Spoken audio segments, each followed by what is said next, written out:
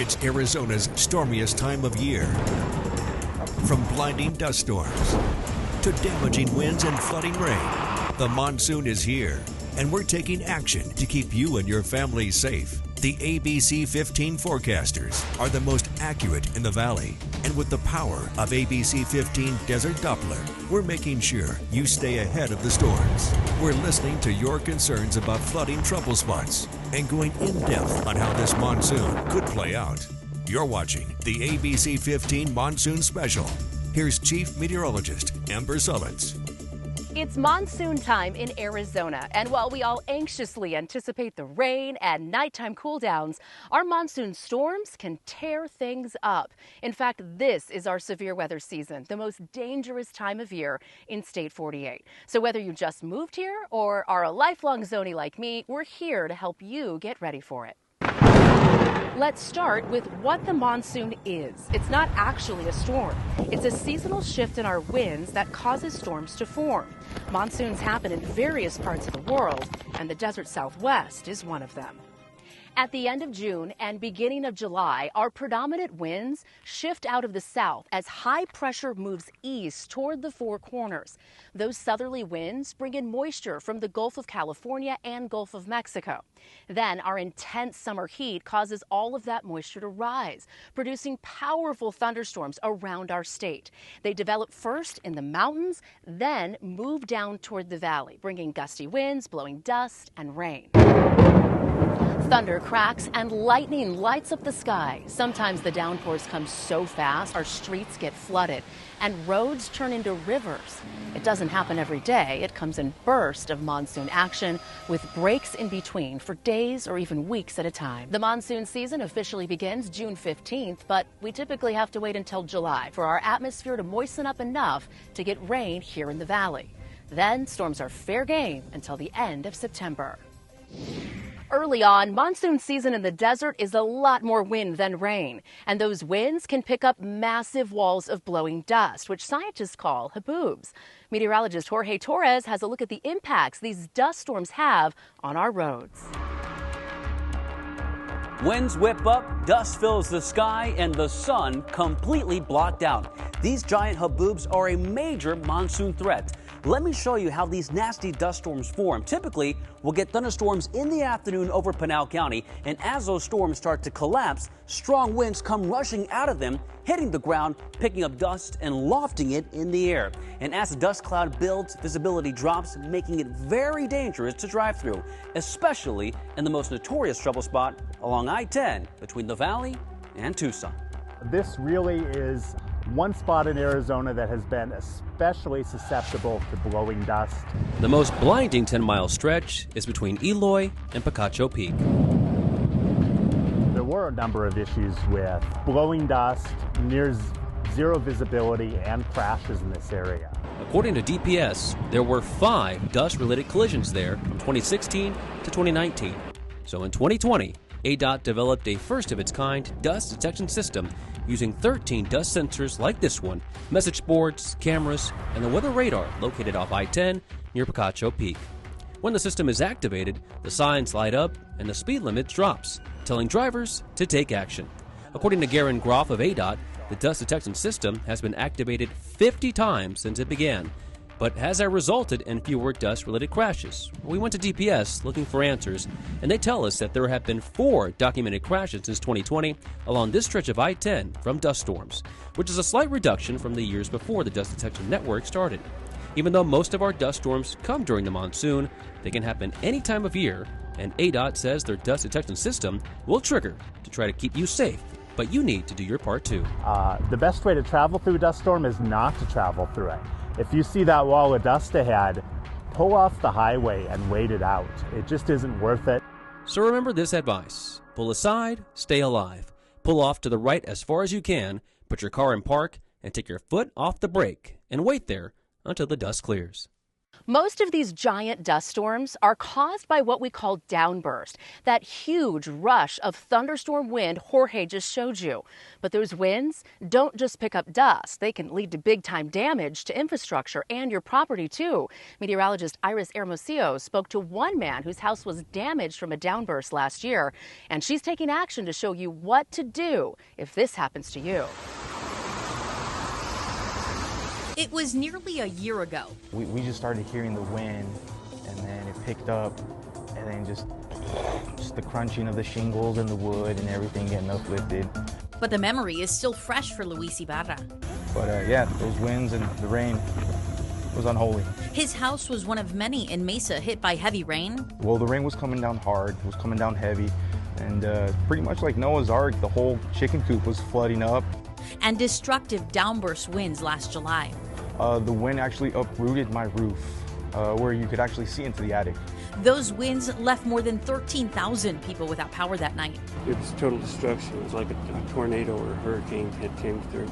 Let me show you what happened. Severe thunderstorms like this one were firing up in the East Valley, bringing a huge wall of dust, flooding rain, and hail. And as that rain fell, it cooled the air inside of the storm. That cold air sunk, rushing out from the base of the cloud. And when it hit the ground, it spread out in all directions. This is a typical downburst, and wind gusts with these could reach 100 miles per hour, tearing down anything in their path. It can happen anytime with little warning during the monsoon, a time of year when Jeff Guthrie, co-owner of Phoenix Roofing and Repair, says his call volume goes up. Unfortunately, when you have a 90 or 100 mile an hour microburst that directly hits the roof, there's not a heck of a lot that you can do. But he says there are things you can do to try to minimize the risk to your home or roof. He recommends getting a free roof inspection before the season begins and evaluating trees on your property that could pose a danger when winds hit. You know, pruned and trimmed the right way, and they've got stuff that's starting to die and branches that are more susceptible to sort of breaking and falling off the roof and creating damage in that way. That's something to get ahead of as well. Luckily, Luis, his family, and his chickens made it through the storm unharmed, and his homeowner's insurance covered the roof. But he says he never underestimates the power of our summer storms. It's just weird that they keep coming later, but they're definitely becoming more aggressive, unpredictable. Typically, basic homeowners insurance will cover wind and hail damage, but it's important to read the fine print because the entire cost of a roof replacement may not be covered if your roof is too old. Christelle Bell with the Let ABC15 Know team recommends doing your research before hiring anyone to do the repairs. A lot of times we want to get the house fixed. There's damage to the house. You want to get it fixed quickly, but you don't want to get into a situation where you have a bigger problem on your hands. Christelle recommends taking photos and documenting everything, comparing the out-of-pocket costs versus the cost of filing through insurance, and making sure that the company you're hiring is insured, registered with the ROC, and has good reviews. Iris, that's great advice. Thank you. The other big damage maker during the monsoon is flash flooding, especially off of our wildfire burn scars. So still ahead, we're hearing from some of you living near these burn scars and asking officials what's being done to protect lives and property. Ranger 1, we've inserted our rescue specialist on top of the car. Plus, meet the heroes saving lives when the floodwaters rise and what you need to know so this doesn't happen to you. And last year's monsoon, the driest on record. We're taking a look at the forecast and how climate change is impacting our monsoon storms. You're watching the ABC15 Monsoon Special.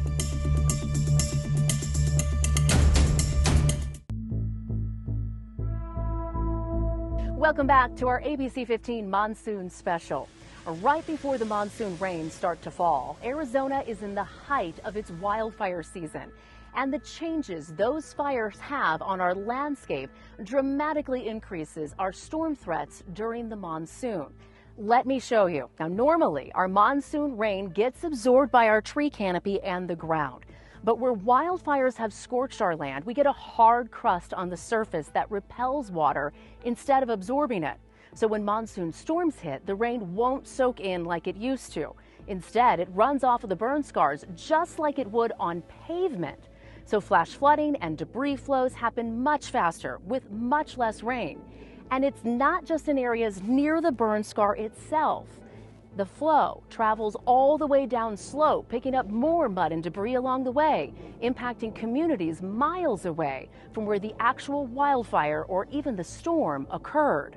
Hundreds of Arizona families could be at risk of this happening again this monsoon. So if you live near a burn scar, you need to have a plan to protect your property. ABC15 investigator Nicole Grigg is pressing for answers on what's being done to keep people safe.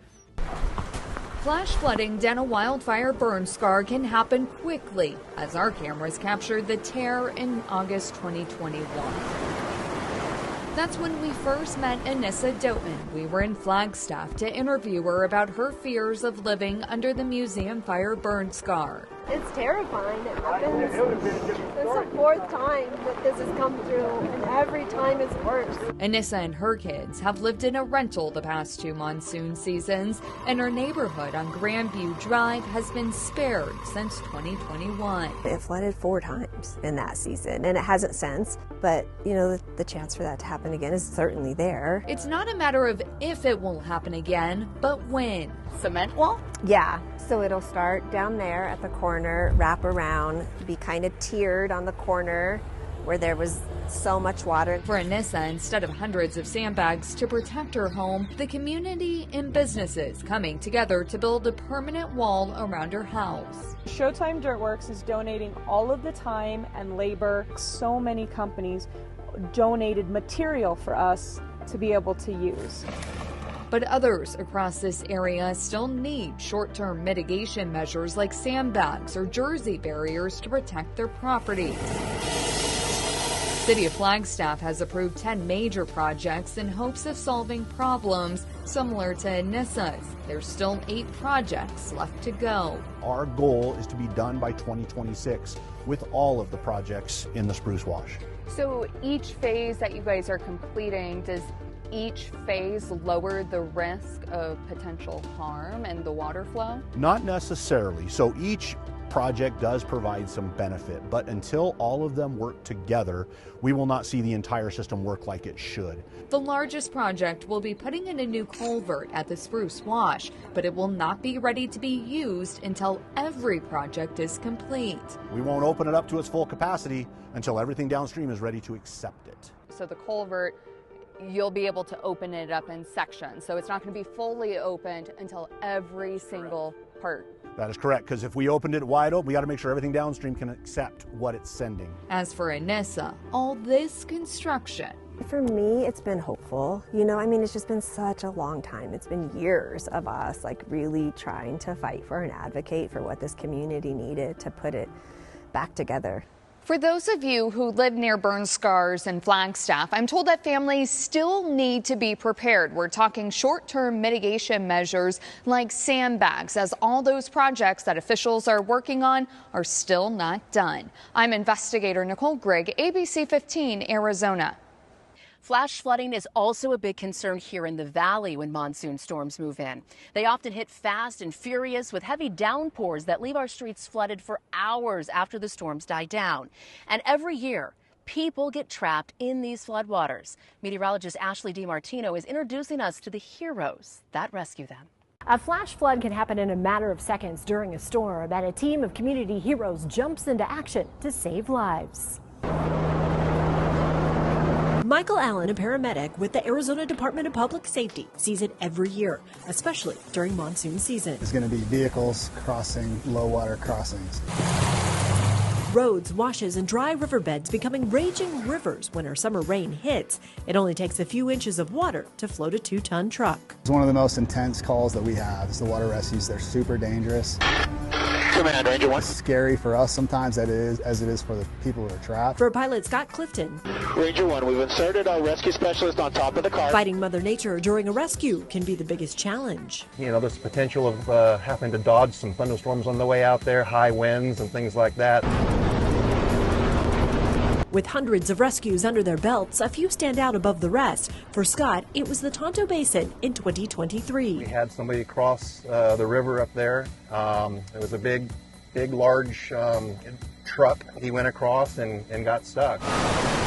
You know, 9 times out of 10, these people are very apologetic. They just didn't know. The water didn't look that deep, and that was the case with this individual. He was actually even a little teary-eyed, and he was so upset that he put us at risk for his own mistake. For Michael, the deadly floods in Gila Bend in 2021. The water had come up so quickly and so deep that we were pulling people off the roof of their houses. It can be life-taking, or life-changing, but it does take lives. Community hero. Would you say that? No. Why not? We're no different than anybody else. I think we'd all, as people, even citizens and community, we just all want to do the right thing and want to help. We're not heroes, in my opinion. We get paid to do a job, and we're very grateful for that career. And we are all very grateful to them for the lives that have been saved. Well, from the very moment that rain starts to fall, the Flood Control District of Maricopa County is ready too. Their team of meteorologists and hydrologists can track the potential for flooding with more than 400 rain gauges across the county. Since our storms can be very localized, this extensive network of rain gauges is crucial to getting information into the hands of emergency managers. And really, it's our job to keep track of how much rain's falling, where it's falling, where there's runoff. It doesn't take a whole lot of rain to cause problems. Now the question is, how much rain will we get in those gauges this year? Still ahead, I'm tracking how this monsoon season could play out. And many of you asking me how climate change is impacting our monsoon. So I took your questions to the leading researcher on this topic. I'll show you the changes we're already seeing and what the future could hold. You're watching the ABC15 Monsoon Special.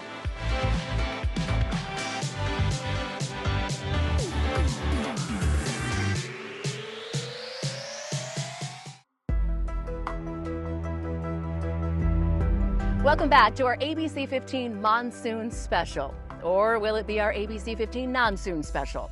Last year was the driest monsoon on record, leaving many of you to ask, what happened? Where's the rain? And is this because of climate change? So I went straight to the leading researcher in Arizona on this to get some answers. But you can imagine. High atop the Gould Simpson building at the University of Arizona, Dr. Christopher Castro and I survey the landscape and talk all things climate and monsoon. That is what most of his research has focused on for years. What we've observed in the last 20 years or so is that monsoon ridge, it's growing more intense and it's growing more spatially expansive.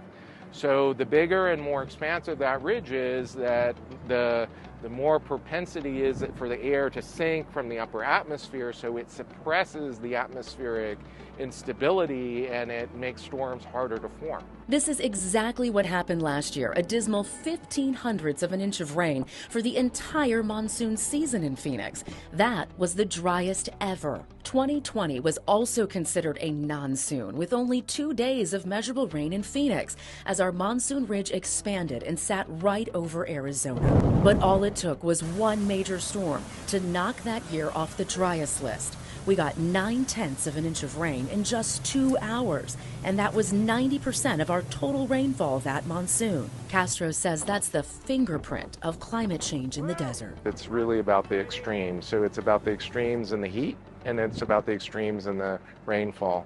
And what we can say about the monsoon is generally all the way around it's getting more extreme. So when we get our heat waves, now those are more intense than they used to be. We're getting some of our hottest summers. Phoenix realized some of its hottest summer conditions last year. And then when it rains, it may not rain as frequently as it used to, but when it does, it tends to be more intense. That intensity makes it harder for us to adapt. When it's extreme heat, we see more deaths, nearly 1,000 last year alone in Arizona. And when it's extreme rain, we see more flooding. If it rains more intensely, then the ground just has less chance to absorb that water, and more of it's going to run off. That runoff leading to flooded roads, more water rescues, and complete destruction near wildfire burn scars. Castro says the increase in irrigated green spaces like parks and golf courses may be limiting the number of storms in the Phoenix area too. If you do a kind of thought experiment and you say you put a big green irrigated area here, so then when you impose solar heating to that, more of the energy reaching the surface is going to be partitioned to evaporation and transpiration.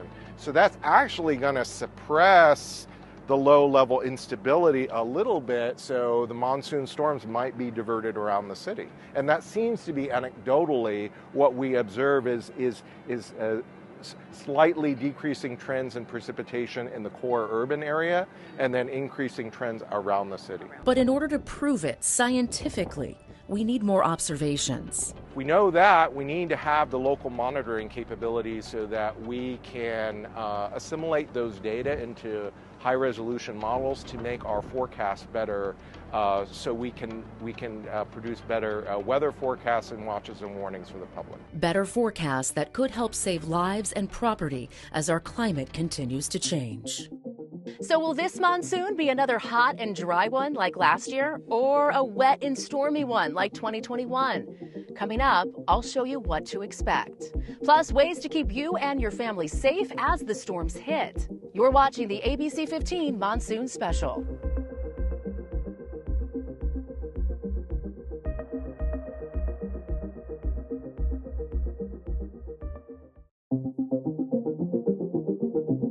Welcome back. So many of you asking me how this monsoon is going to play out. So here's the outlook from the Climate Prediction Center. Now, it is showing that the odds are favoring a drier than normal monsoon across Arizona. But remember, that is drier than the new normal, which is already drier than what we used to see. Now, that new 30-year average is 2.43 inches of rain in Phoenix. And with less rain, it's also expected to be hotter than normal this monsoon. And those two do typically go hand in hand. Last year was the hottest and the driest monsoon on record. And although the outlook is hotter and drier than normal again, it's too soon to say if we'll beat either of those 2023 records. But all it really takes is one big storm to come in and tear things up. So now is the time to get ready and to make sure you know what to do to stay safe. Iris, Jorge, and Ashley are sharing some tips. From the first clap of thunder this monsoon, it's important to remember that no place outside is safe during a storm. So when thunder roars, go indoors, keep away from windows, and stay out of contact with electronics plugged into the wall. Lightning could travel through them. If you're outside swimming, get out of the pool immediately. Water serves as a good conductor for electricity. And remember the 30-30 rule. When you see lightning, start counting until you hear thunder. If it's less than 30 seconds, go inside. And stay there until 30 minutes after the last clap of thunder. When it rains, it's never a good idea to be anywhere near a flooded street, wash, or canal. You don't know how strong the waters are flowing or how deep it is. People are washed away every summer on foot and in their vehicles. So, watch out for flooding where highways dip, near bridges, and in low-lying areas. And remember our Arizona Stupid Motorist Law. If you ignore posted signage near flooded areas and you get stuck in the water, you may have to pay for your rescue. It's also important to know the difference between a flash flood watch and a flash flood warning. A watch means flooding is possible, so be on alert. A warning means flooding is already happening or is imminent. So, just use common sense and find another way around the water. And if you're camping, don't park along streams or washes. You can also save yourself a lot of hassle and worry by making sure that your home is prepared for the monsoon. Here are some tips. Trim large tree branches back as much as possible. The last thing you need is them snapping and ramming through your windows or falling on your car when they're hit by lightning or downburst winds. Also, have your roof inspected for leaks. Tiny holes or cracks can go unnoticed and lead to huge wet messes when the rain pours down. And make sure that all of your appliances are set up with surge protectors. Hopefully those tips will help you and your families stay safe this monsoon. Keep it right here on ABC15 and ABC15.com for your monsoon storm coverage and the most accurate forecast. And don't forget to download our ABC15 mobile app for live radar and forecast right down to your neighborhood. You can also search ABC15 on your favorite streaming devices. Thank you so much for joining us for our monsoon special. Take action and stay safe.